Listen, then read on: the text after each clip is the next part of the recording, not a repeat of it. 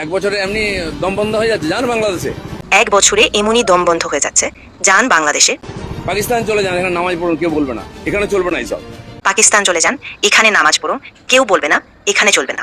সরকার পাল্টে গেছে, লোক পাল্টে যায় জানে, এগুলো বন্ধ করবো বলে, আর বন্ধ হবেই, জেনে রাখুন।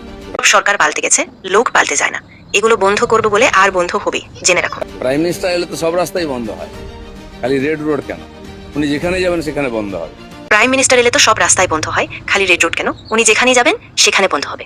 তো যেখানে যান চলাচল কম ওখানেই করেছে, ছুটির দিন ওখানে কম লোক যাবে, সেজন্য ওখানেই করেছে, না হলে তো আরো বেশি সমস্যা হতো লোক। উনি যেখানে যাবেন সেখানে বন্ধ হবে।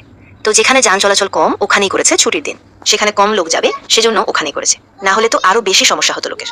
না, প্রশ্নটা ছিল যে নামাজ পড়তে 15 মিনিট লাগে, হ্যাঁ। সেটা দেওয়া হলো না। 15 মিনিটের জন্য কত ঘন্টা আটকানো হবে?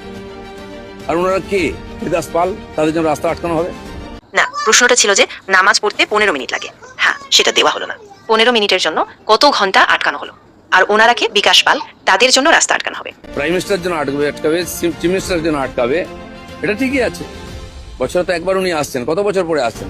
আর 107 বছর ধরেই তো অন্যায় করা হয়েছে। এক বছরে এমনি দম বন্ধ হয়ে যাচ্ছে, যান বাংলাদেশে। পাকিস্তান চলে যান, এখানে নামাজ পড়ুন, কেউ বলবে না, এখানে চলবে। প্রাইম মিনিস্টার যেন আটকাবে, চিফ মিনিস্টার যেন আটকাবে, এটা ঠিকই আছে। বছরে তো একবার উনি আসছেন, কত বছর পরে আসছেন, আর 107 বছর ধরেই তো অন্যায় করা হয়েছে।